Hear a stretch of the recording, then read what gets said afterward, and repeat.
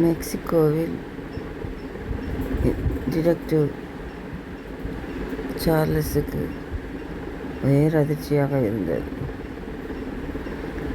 அன்று ஒரு கொலை, அதிசயமாக கொலை. குத்தப்பட்டும் போதை கொடுத்தும் கொல்லப்பட்டிருந்தாள் ஒரு பெண். நாம் போகும்போது எழுந்திருந்து திரும்பி உயிரை விடுகிறார். அதேபோல் ஒவ்வொரு பெண்களாக கொலை செய்யப்படுகிறார்கள். ஆனால் சார்லஸ்கோ விட்னஸ் எதுவும் கிடைக்கவே இல்லை. ஒரே மண்டையை பிடித்து கொண்டார். ஃபோன்களில் கேலரி, வாட்ஸ்அப் எல்லாத்தையும் பார்த்து விடுகிறார். ஆனால் எதுவுமே துப்பு கிடைக்கவில்லை. அவர்கள் படிக்கும் இடம், சுற்றுப்புறம் எல்லாற்றையும் பார்த்துவிட்டார். அவருக்கு துப்பு கிடைக்கவில்லை. பலரிடமும் கன்சல்ட் பண்ணி பார்த்தார். எதுவும் துப்பு கிடைக்கவில்லை. திரும்ப திரும்ப வயசு பெண்களும் இளம்பெண்களும் கொல்லப்படுவது யதார்த்தமாகிவிட்டது. என்ன செய்வது என்று சார்லஸ் புரியாமல் தவித்தார். என்னனும் கண்டுபிடிக்க வேண்டும் என்று யோசித்து கொண்டே இருந்தார். திடீரென்று அவருக்கு ஒரு ஐடியாக வந்தது. எல்லா செல்போன் மெசேஜர்களையும் எடுத்து பார்த்தார்.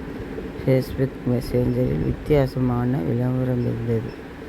சோகத்தில் இருக்கிறீர்களா, கவலையில் இருக்கிறீர்களா, கடவுளை காணுங்கள் என்ற மெசேஜ் இருந்தது. எல்லா பெண்களின் செல்லிலும் அது எல்லாம் டிக் பண்ணியிருந்ததும் மெசேஜ் பண்ணியிருந்ததையும் பார்த்தார்.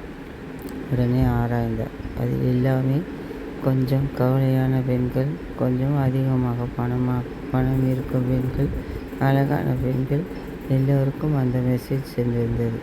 அந்த பெண்களும் கடவுளை காண வேண்டும் என்று ஆசையில் உடனே மெசேஜ் பண்ணியிருக்கிறார்கள். அதை பார்த்தால் ஒரு பாதிரியார் வேஷம் போட்ட ஒரு ஆள் பண்ணியிருந்தார். அதில் சோகமாக இருக்கிறீர்களா, கடவுளை காணுங்கள், நிம்மதி கிடைக்கும் எங்கும் இந்த பெண்களும் பதில் சொல்லியிருப்பார்கள் என்று அவர் கண்டுபிடித்தார். அங்கு போய் அந்த அட்ரஸில் பார்த்தால் அந்த ஃபாதர் வேறு ஃபாதராக, உண்மையான ஃபாதராக இருந்தார். என்னடா என்று குழம்பிவிட்டார். கடைசியில் அந்த கொலையாளி எப்படியோ இவர்கள் நம்பரை எல்லாம் எடுத்து ட்ரேஸ் பண்ணி பேசியிருக்கிறார்.